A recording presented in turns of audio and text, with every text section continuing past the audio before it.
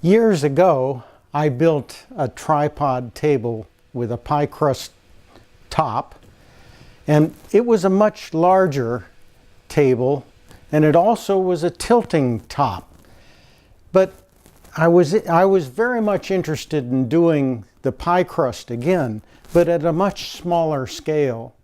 So I picked another design that did not tilt, but it would be perfect next to my stand-up desk to hold papers and books and so on. This is an English piece in mahogany, originally built around 1755 in the style of Chippendale. There are many interesting details in this piece. For example, this column or shaft that is a cluster of columns or a quatrefoil. I was anxious to get into figuring out how to make this in the shop. Of course, there are beautiful cabriole legs connected with dovetails and decorated with a shallow carving on the knee.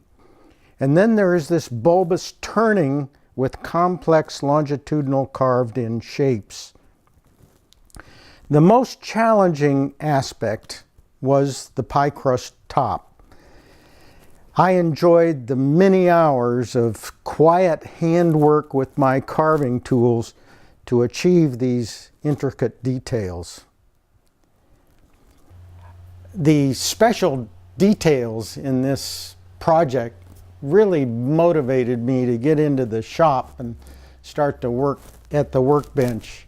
And if this is something that's interesting to you, then have a look at my videos.